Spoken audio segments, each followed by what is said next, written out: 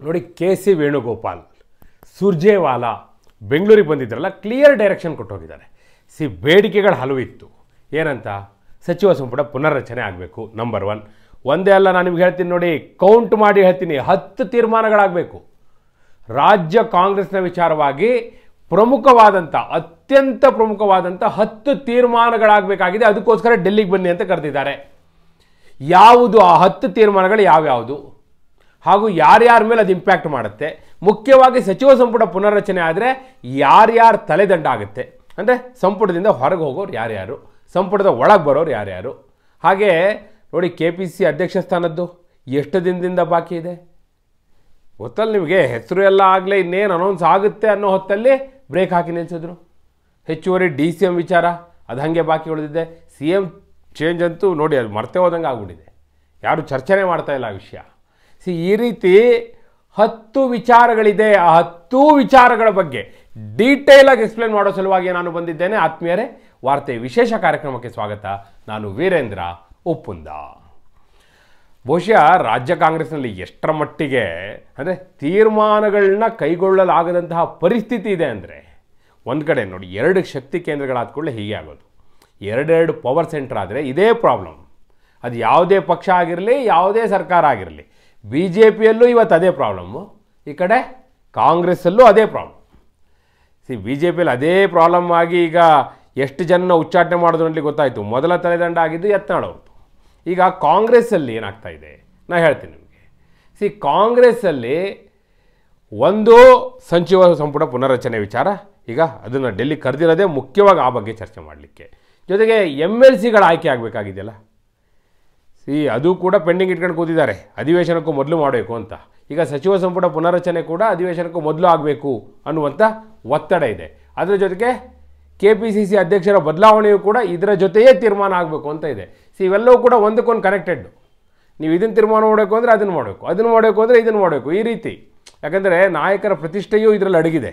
ಅದರ ಜೊತೆಗೆ ಹೇಳ್ತೀನಿ ನಿಮಗೆ, ಪದಾಧಿಕಾರಿಗಳ ಪಟ್ಟಿ ವಿಚಾರ ಅದಂತೂ ಹಾಗೆ ನೆನೆಗುದಿಗೆ ಬಿದ್ದಿದೆ. ಅದನ್ನು ಕೂಡ ಫೈನಲ್ ಮಾಡಬೇಕಾಗಿದೆ. ಹಾಗೆ BBMP ಎಲೆಕ್ಷನ್, DK ಶಿವಕುಮಾರ್ ಭಾಳ ವೇಗದಲ್ಲಿ ಮುಂದುವರಿತಾ ಇದ್ದಾರೆ. ಈಗ ಗ್ರೇಟರ್ ಬೆಂಗಳೂರು ಅಂತ ಮಾಡ್ಕೊಂಡು ಎಲೆಕ್ಷನ್ ಮಾಡಿಯೇ ಸಿದ್ಧ ಅಂತ ಹೇಳ್ತಿದ್ದಾರೆ. ಬಹುಶಃ 26ರ ಆರಂಭದಲ್ಲಿ ಅವರು ಚುನಾವಣೆ ಪ್ಲಾನ್ ಇಟ್ಕೊಂಡಿದ್ದಾರೆ. ಅದೊಂದು. ಹಾಗೆ ZPTP ಎಲೆಕ್ಷನ್ಸು, ಅದ್ರ ಬಗ್ಗೆ ಕೂಡ ತೀರ್ಮಾನ ಆಗಬೇಕಾಗಿದೆ. ಇನ್ನು ಮುಂದೆ ಇನ್ನೂ ಹಲವು ಸಮಾವೇಶಗಳನ್ನೆಲ್ಲ ಮಾಡಬೇಕು ಅಂತ ಇದ್ದಾರಲ್ಲ, ಅದ್ರ ಬಗ್ಗೆ ತೀರ್ಮಾನ ಆಗಬೇಕಾಗಿದೆ. ಹೆಚ್ಚುವರಿ ಉಪಮುಖ್ಯಮಂತ್ರಿಗಳದ್ದು ನಾನು ನಿಮಗೆ ಹೇಳಿದೆ. ಈ ರೀತಿ ಈ ಎಲ್ಲ ವಿಚಾರಗಳ ಬಗ್ಗೆ, ಈ 10 ವಿಚಾರಗಳ ಬಗ್ಗೆ, ಅಂದರೆ ನೆಕ್ಸ್ಟ್ 3 ಇಯರ್ಸ್ ಯಾವ ರೀತಿ ಇರಬೇಕು, ಅದರೊಂದು ರೋಡ್ ಮ್ಯಾಪ್, ಏನೆಲ್ಲ ತೀರ್ಮಾನ ಆಗಬೇಕು, ಅದನ್ನು ಕೂಡ ಫೈನಲ್ ಮಾಡಬೇಕಾಗಿದೆ. ಆ ಹಿನ್ನೆಲೆಯಲ್ಲೇ ಈಗ ಡೆಲ್ಲಿ ಕರೆಸ್ಕೊಂಡಿರುವಂಥದ್ದು. ಮೊದಲನೇದಾಗಿ ನಾನು ಸಚಿವ ಸಂಪುಟ ಪುನರ್ರಚನೆ ವಿಚಾರ ಹೇಳ್ಬಿಡ್ತೀನಿ. ಯಾರು ಬಂದರೆ ಯಾರು ಹೋಗ್ತಾರೆ. ಈಗ ಖಾಲಿ ಇರೋದು ಒಂದೇ ಸ್ಥಾನ, ನಾಗೇಂದ್ರ ಅವ್ರದ್ದು. ನಾಗೇಂದ್ರ ರಾಜೀನಾಮೆ ಕೊಟ್ಟರಲ್ಲ, ಅದೊಂದು ಖಾಲಿ ಇದೆ. ಈಗ ಆಕಾಂಕ್ಷಿಗಳ ಪಟ್ಟಿ ನೋಡಿದ್ರೆ ಸುಮಾರು 20 ಜನ ಆಕಾಂಕ್ಷಿಗಳಿದ್ದಾರೆ. ನಾನು ಹೇಳ್ತೀನಿ ನಿಮಗೆ, ವಿತ್ ನೇಮ್ ಹೇಳ್ತೀನಿ. ಆದರೆ ಅಷ್ಟು ಜನಕ್ಕೂ ಸಿಗಲ್ಲ. ಅಲ್ಲಿ ಯಾರ್ಯಾರಿಗೆ ಸಿಗಲ್ಲ ಅನ್ನೋದು ಹೇಳ್ತೀನಿ, ಯಾರಿಗೆ ಸಿಗುತ್ತೆ ಅನ್ನೋದು ಹೇಳ್ತೀನಿ.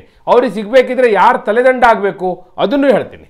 ಬೇರೆ ವಿಚಾರಕ್ಕೆಲ್ಲ ಆಮೇಲೆ ಬರ್ತೀನಿ. MLC ಯಾರ್ಯಾರು ಆಗ್ತಾರೆ ಅದು ಕೂಡ ಇದೆ. ಹೆಚ್ಚುವರಿ DCM ಆದರೆ ಯಾರ್ಯಾರಿಗೆ DCM ಅವಕಾಶ ಸಿಗುತ್ತೆ ಅದು ಹೇಳ್ತೀನಿ. KPCC ಅಧ್ಯಕ್ಷ ಯಾರಾಗ್ತಾರೆ ಅದನ್ನು ಹೇಳ್ತೀನಿ.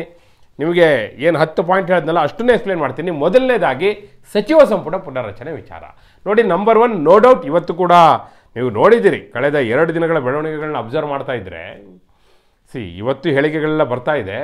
ನಿನ್ನೆ ನೀವು ನೋಡಿ, BK ಹರಿಪ್ರಸಾದ್ ಅವರು ಮುಖ್ಯಮಂತ್ರಿ ಸಿದ್ದರಾಮಯ್ಯನವ್ರನ್ನ ಭೇಟಿಯಾಗಿದ್ದರು.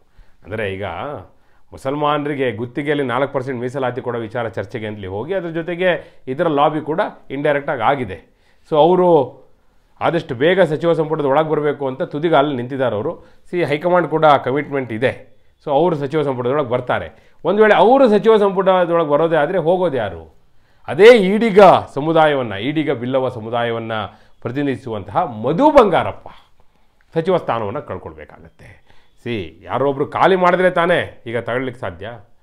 BK ಹರಿಪ್ರಸಾದ್ ಅವರು ಕೂಡ ಈಡಿಗ ಬಿಲ್ಲವ ಸಮುದಾಯ ಆಗಿರೋದ್ರಿಂದ ಮಧು ಬಂಗಾರಪ್ಪ ಅವರು ಅಲ್ಲಿ ಸಚಿವ ಸ್ಥಾನವನ್ನು ಬಿಟ್ಕೊಡ್ಬೇಕಾಗುತ್ತೆ, ಅವರು ರಾಜೀನಾಮೆ ಕೊಡಬೇಕಾಗುತ್ತೆ. BK ಹರಿಪ್ರಸಾದ್ ಆ ಸ್ಥಾನಕ್ಕೆ ಬರ್ತಾರೆ ಅನ್ನೋದು. ಅದೇ ರೀತಿ BK ಹರಿಪ್ರಸಾದ್ ಅವರ ರೀತಿಯಲ್ಲೇ ಕಮಿಟ್ಮೆಂಟ್ ಇರುವ ಮತ್ತೊಬ್ಬ ವ್ಯಕ್ತಿ ಯಾರಪ್ಪ ಅಂದರೆ ಲಕ್ಷ್ಮಣ ಸವದಿ.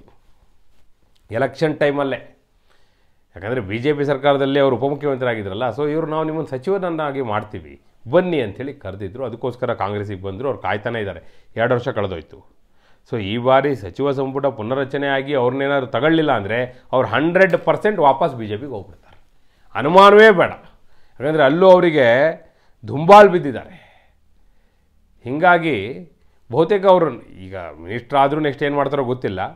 ಈಗ ಆಗದೆ ಹೋದರೆ 100% ಹೋಗ್ತಾರೆ. ಬಟ್ ಹೈಕಮಾಂಡ್ನ ಕಮಿಟ್ಮೆಂಟ್ ಇದೆ, ಸಚಿವ ಸಂಪುಟ ಪುನರ್ರಚನೆ ಆದರೆ ಅವ್ರಿಗೆ ಕೊಡಲೇಬೇಕಾಗುತ್ತೆ. ಅವರಿಗೋಸ್ಕರ ಬಿಟ್ಕೊಡೋರು ಯಾರು?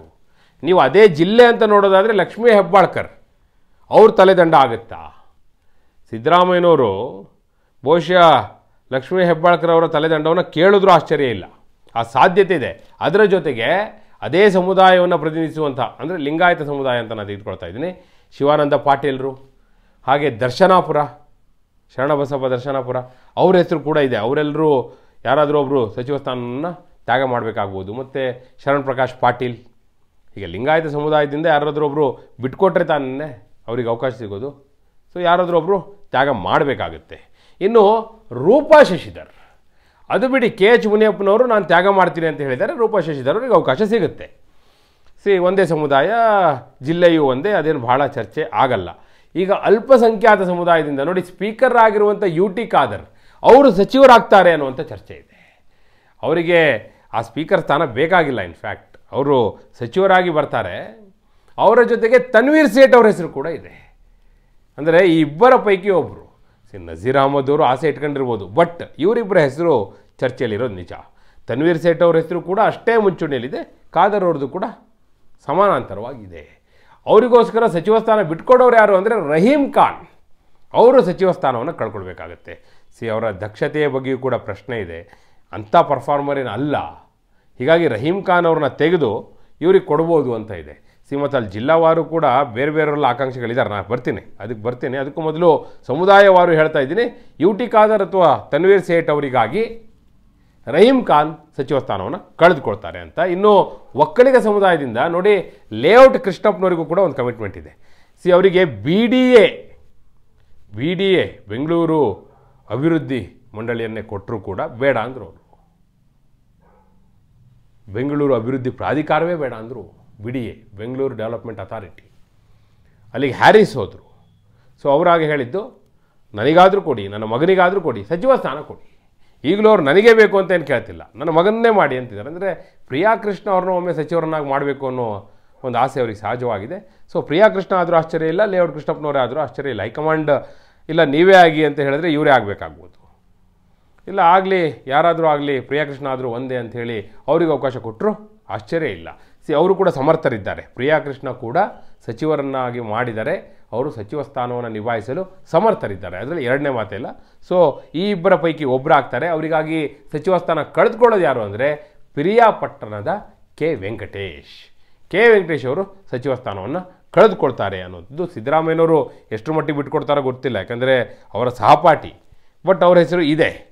ಹಾಗೆ ಪುಟ್ಟರಂಗ ಶೆಟ್ಟಿ ಹಾಗೂ ಯತೀಂದ್ರ ಸಿದ್ದರಾಮಯ್ಯ ಇಬ್ಬರ ಹೆಸರು ಇದೆ ನೋಡಿ. ಚಾಮರಾಜನಗರ, ಮೈಸೂರು ಆ ಭಾಗದಿಂದ ಪುಟ್ಟರಂಗ ಶೆಟ್ಟಿಯವರು ಕೂಡ ಸಿದ್ದರಾಮಯ್ಯವ್ರಿಗೆ ಆಪ್ತರು. ಇನ್ನು ಯತೀಂದ್ರ ಸಿದ್ದರಾಮಯ್ಯ ಮುಂದೆ ಸಿದ್ದರಾಮಯ್ಯವ್ರನ್ನ ಮುಖ್ಯಮಂತ್ರಿ ಸ್ಥಾನವನ್ನು ಬಿಟ್ಕೊಡ್ವೆ ಅಂತ ಕೇಳಬೇಕಿದ್ರೆ ಅವ್ರ ಮಗನ್ನ ಈಗಲೇ ಮಿನಿಸ್ಟ್ರಾಗಿ ಮಾಡೋದು ಅನ್ನುವ ಚರ್ಚೆಯೂ ಕೂಡ ಇದೆ. ಆ ಹಿನ್ನೆಲೆಯಲ್ಲಿ ಯತೀಂದ್ರ ಸಿದ್ದರಾಮಯ್ಯವ್ರ ಹೆಸರು ಮುನ್ನೆಲೆಗೆ ಬಂದಿದೆ. ಹಾಗೆ ಪುಟ್ಟರಂಗ ಶೆಟ್ಟಿ ಅವರ ಹೆಸರು ಕೂಡ ಸೈಮಲ್ಟೇನಿಯಸ್ ಆಗಿದೆ. ಇವರಿಗಾಗಿ ಸಚಿವ ಸ್ಥಾನ ಕಳೆದುಕೊಳ್ಳೋದು ಯಾರು ಅಂದರೆ ಹಿರಿಯೂರಿನ ಡಿ ಸುಧಾಕರ್.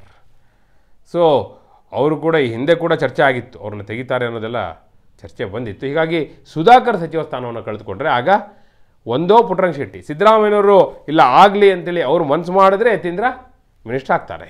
ಇನ್ನು ಒಕ್ಕಲಿಗ ಸಮುದಾಯದಿಂದ ಮತ್ತು ಹಲವು ಆಕಾಂಕ್ಷಿಗಳಿದ್ದಾರೆ, ಯಾರಿಗೆ ಸಿಗುತ್ತೋ ಗೊತ್ತಿಲ್ಲ. ಶಿವಲಿಂಗೇಗೌಡರು, H C Balakrishna, C P Yogeshwar ಇವರೆಲ್ಲ ಆಕಾಂಕ್ಷಿಗಳೇ.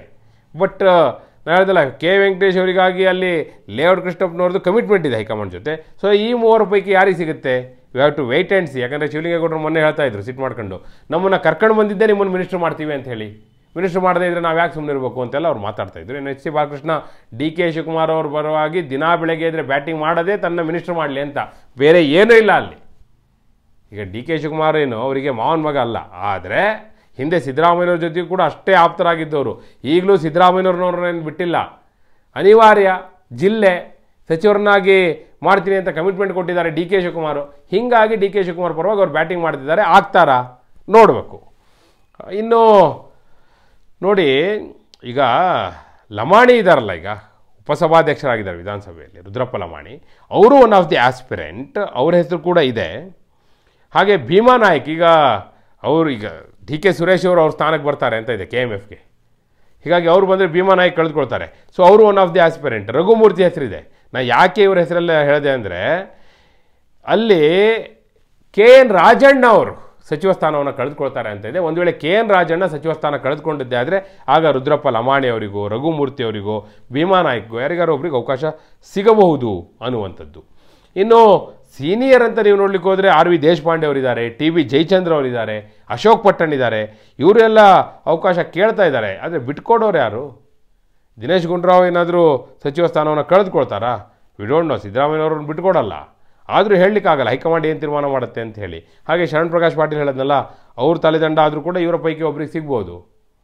ಮತ್ತೊಂದು ನೀವು ಗಮನಿಸಿ, ಈಗ ಲಿಂಗಾಯತ ಸಮುದಾಯದಿಂದ BR ಪಾಟೀಲ್, ಕಾಶಪ್ಪನವರ್, BK ಸಂಗಮೇಶ್ವರ್, ಭದ್ರಾವತಿಯ ಶಾಸಕ BK ಸಂಗಮೇಶ್ವರ್ ಹಾಗೂ ಬಸವರಾಜ ರಾಯರೆಡ್ಡಿ ಇವರೆಲ್ಲರೂ ಆಸ್ಪಿರೆಂಟ್ಸ್ ಇದ್ದಾರೆ.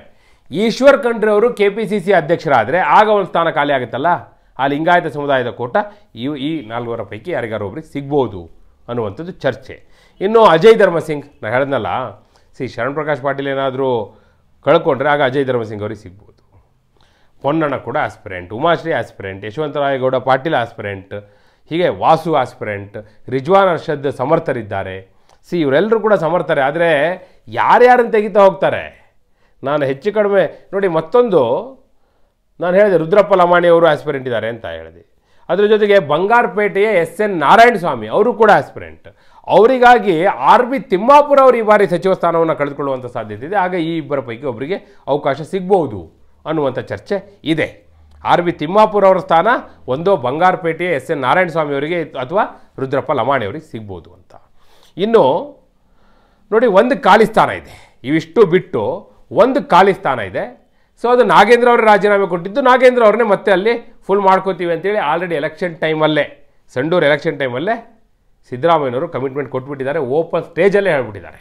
HD ಕೋಟೆಗೆ ಹೋದಾಗ ಅಲ್ಲಿ ಅನಿಲ್ ಚಿಕ್ಕಮಾದೇವ್ ಅವ್ರನ್ನ ಮಿನಿಸ್ಟರ್ ಮಾಡಿ ಅಂತ ಎಲ್ಲ ಸಭಿಕರೆಲ್ಲ ಕೂಗ್ತಾಯಿದ್ರು, ಜನರೆಲ್ಲ ಕೂಗ್ತಾಯಿದ್ರು, ಅಭಿಮಾನಿಗಳು, ಅವರ ಬೆಂಬಲಿಗರು. ಅದಕ್ಕೆ ಸಿದ್ದರಾಮಯ್ಯನವರು ಹೇಳಿದ್ರು, ನೇರವಾಗಿ ಹೇಳಿದ್ರು, ಅನಿಲ್ನ ಈ ಸತಿ ನಾನು ಮಿನಿಸ್ಟರ್ ಮಾಡಲಿಕ್ಕೆ ಆಗಲ್ಲ, ಆದರೆ ನಾಗೇಂದ್ರನ್ನ ತಗೊಳ್ಳೇಬೇಕು ಸಂಪುಟಕ್ಕೆ, ತಗೋತೀನಿ ಅಂತ ಕಮಿಟ್ಮೆಂಟ್ ಕೊಟ್ಟಿದ್ದಾರೆ. ಹೀಗಾಗಿ ಆ ಖಾಲಿ ಸ್ಥಾನ ಅವರಿಗೆ ಸಿಗುತ್ತೆ ಅನ್ನೋಂಥದ್ದು. ಈ ದೃಷ್ಟಿಯಿಂದ ನೋಡಿದ್ರು ಹೆಚ್ಚು ಕಡಿಮೆ 12 ಜನ ಆಗೋಯ್ತಿಲ್ಲಿ. ಸಚಿವ ಸ್ಥಾನ ಕಳೆದುಕೊಳ್ಳೋರು 12 ಜನ ಆದರು. ಅದಕ್ಕೆ ಬರೋರು ಬಿಡಿ 20 ಜನ. ನಾನು ಹೇಳದ್ನಲ್ಲ, 20 ಜನರ ಹೆಸರು ನಾನು ಹೇಳಿದೆ ಈಗ ನಿಮಗೆ. ಅದರಲ್ಲಿ ಹೇಳದೇ ಇದ್ದಿದ್ದು NA ಹ್ಯಾರಿಸ್, ಅವರು BDಯಲ್ಲಿ ಇದ್ದಾರೆ, ಅವರೇನು ಬರಲಿಕ್ಕಿಲ್ಲ. ಉಮಾಶ್ರೀ ಅವ್ರದ್ದು ಕೂಡ ಹೇಳಿದೆ, ಬಟ್ ಅವ್ರಿಗೆ ಅವಕಾಶ ಸಿಗುತ್ತೋ ಇಲ್ವೋ ಗೊತ್ತಿಲ್ಲ. ಈ ರೀತಿ ಹಾಗೆ ಹೇಳಿದಲ್ಲ, BR ಪಾಟೀಲ್ರಿದ್ದಾರೆ, ಬಸವರಾಜ ರಾಯರೆಡ್ಡಿ ಇದ್ದಾರೆ, ವಿಜಯಾನಂದ ಕಾಶಪ್ಪನವರು ಇದ್ದಾರೆ, ಭಾಳ ಜನ ಇದ್ದಾರೆ ಆಸ್ಪಿರೆಂಟು. ಬಹುಶಃ ಇದನ್ನು ಬ್ಯಾಲೆನ್ಸ್ ಮಾಡೋದು ಭಾಳ ಕಷ್ಟ ಇದೆ. ಇದು ಜೇನುಗೂಡಿಗೆ ಕಲ್ಲು ಹೊಡೆದಂಗೆ ಆಗೋದು.